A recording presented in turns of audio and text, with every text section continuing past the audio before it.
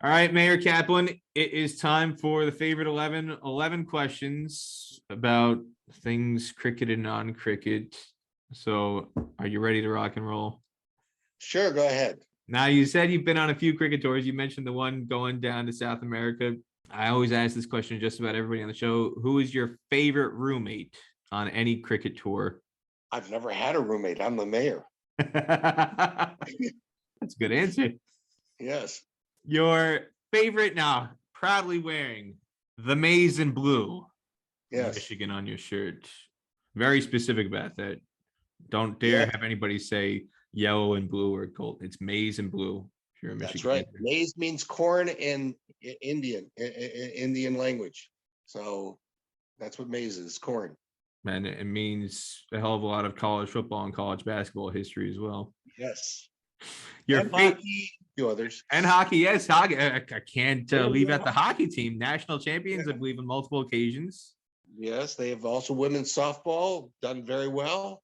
A couple other teams, yeah. So, okay. Quite a tradition there in the maize and blue, the Michigan Wolverines. So, as a graduate, I'm a graduate. What is your favorite Michigan Wolverine sports moment? Oh, the 1997 world champion football team. But if you're talking about when I was there, doesn't have to be when you were there. Well, it could be both. Anytime beating Ohio State is my favorite. Anytime beating Ohio State is my favorite. It was particularly nice when Schembechler was there that beat Woody Hayes. I think that's 76 it was, because that was the best. But the 97 team, you say, went to the Rose Bowl, beat Washington State in the Rose Bowl. It was Charles Woodson, won the Heisman Trophy that year against Ryan Leaf in the Rose Bowl.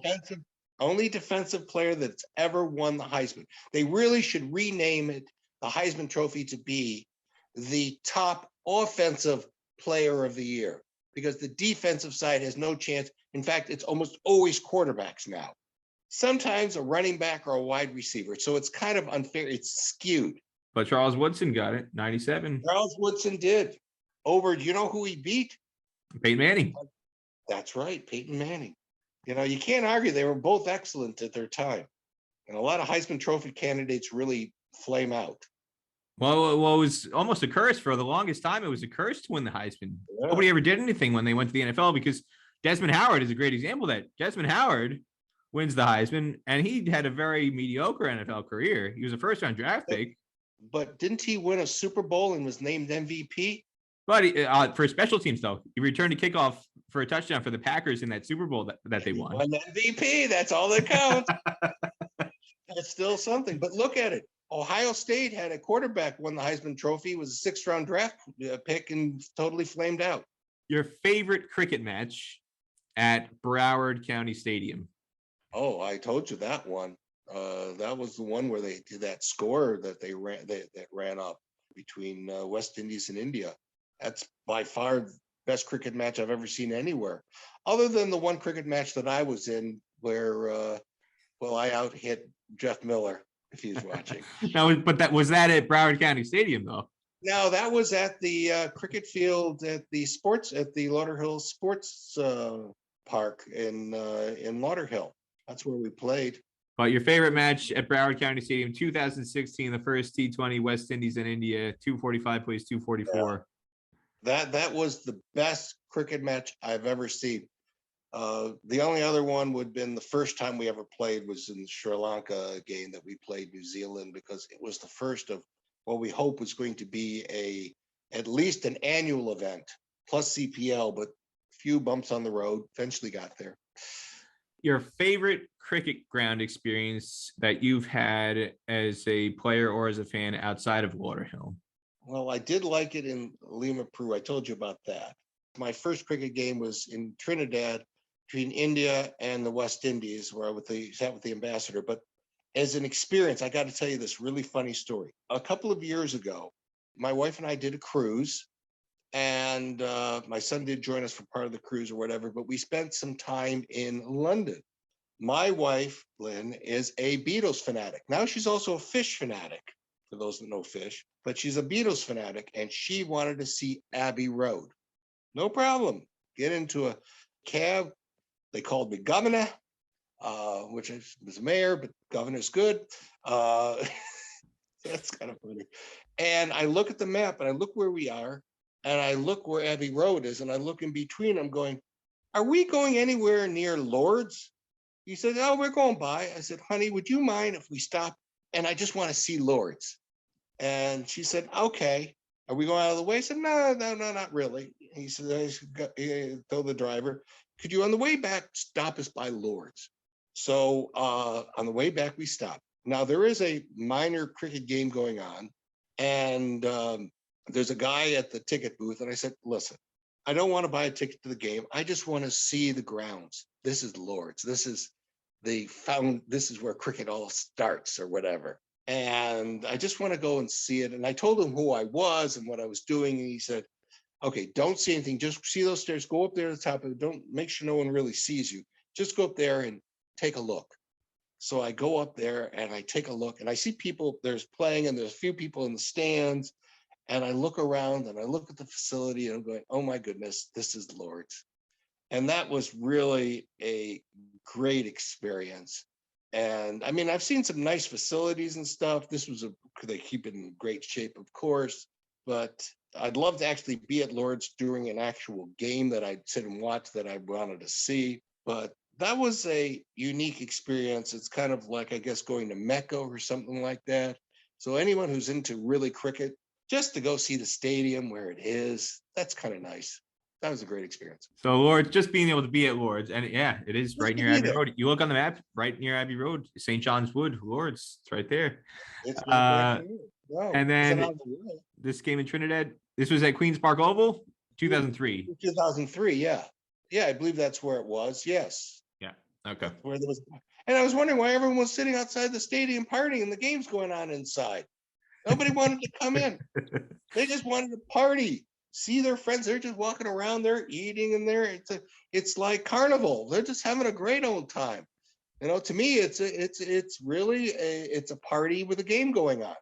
Now, towards the end, yeah, they started paying attention, but not a good part of it. That's why one days are a little bit long, I guess, for people. The T20 is a little more. You got to watch it because the game's gonna be over before you know it. It's like baseball. Your favorite cricketer of all time? Well, Lance Gibb, I guess, though I never saw him play. And why Lance Gibbs? Tell us why, as a person, just as a person and a friend, why Lance Gibbs is your favorite cricketer. He's just absolutely a wonderful person. He's always been there for cricket. He is kind of the Babe Ruth of Caribbean cricket. The best player I ever saw was Brian Lara. So he'd probably be my favorite player. Well, Chris was really good, but I saw Brian play a couple of times, I believe. So Brian Lara was kind of big. I met him, I think, once, and he signed gave me an autograph, I think. I got it in a bat somewhere. I know I got Chris's autograph. Your favorite non-cricket athlete of all time? Al Kaline. That is a very left field choice. Detroit Tigers, Al Kaline. You know, and closely behind is Gordie Howe, which was a neighbor of my cousin. Mr. Hockey. Yeah, he lived down the street from my cousin said he went to school with his sons that became professional. So he'd go over his house. I never got a chance to do that. So Gordie Howe, that'd be a second.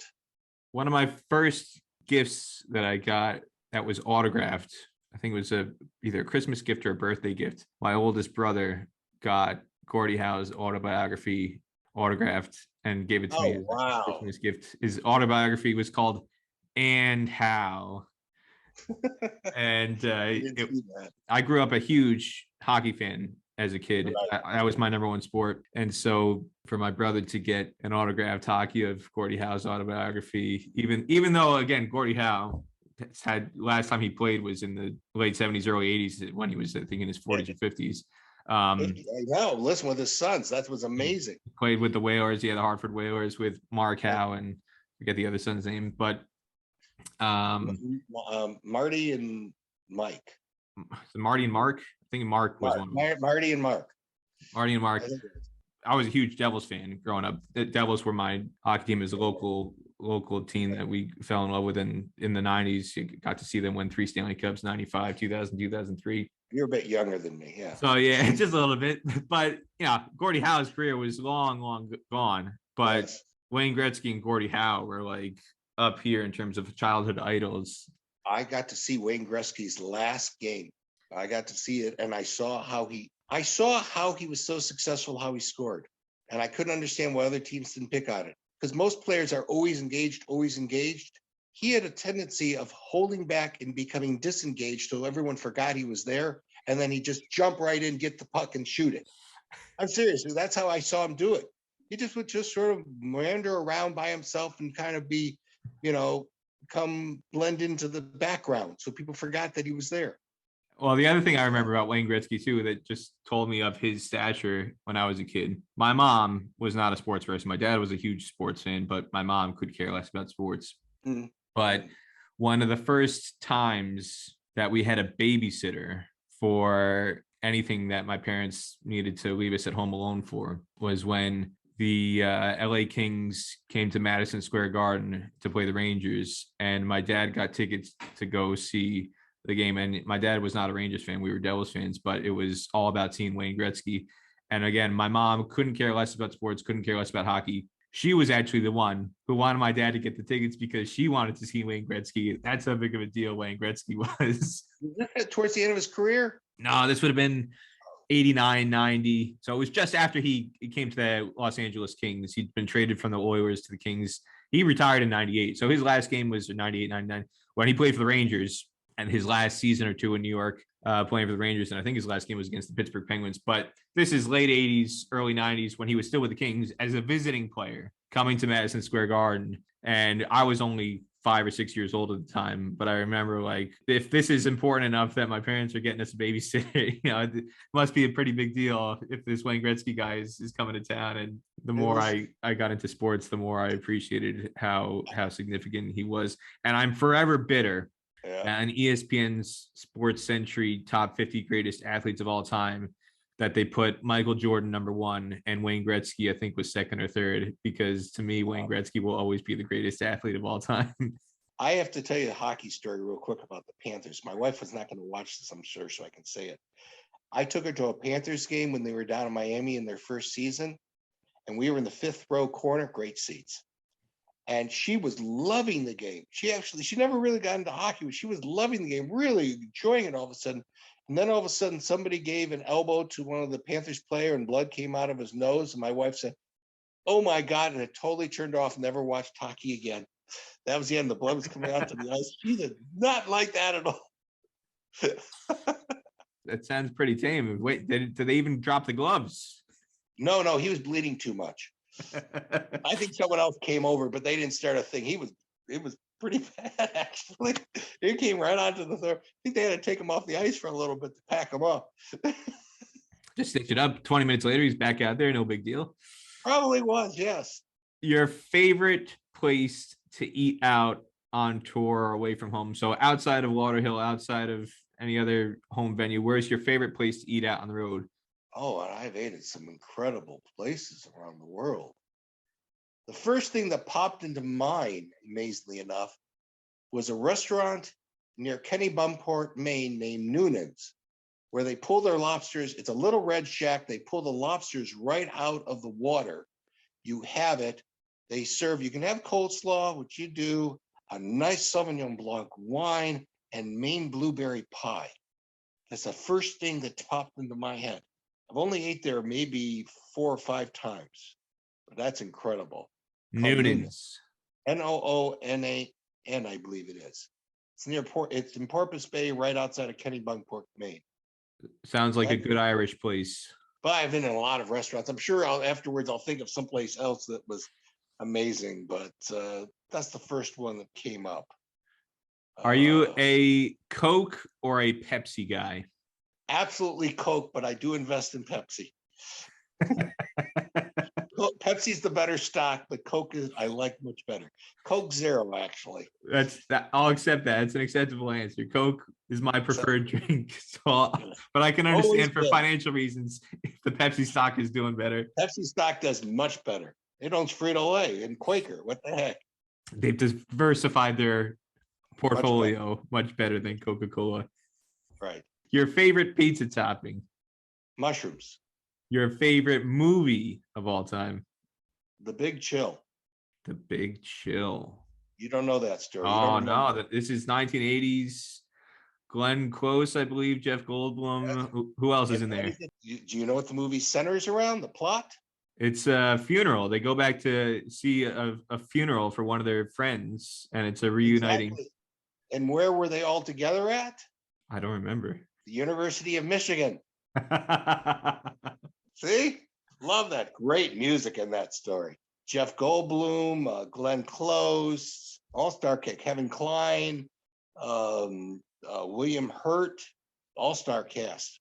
I have to go rewatch it. I totally forgot about the University of Michigan. University of Michigan. They're watching a Michigan football game during it with Schembechler.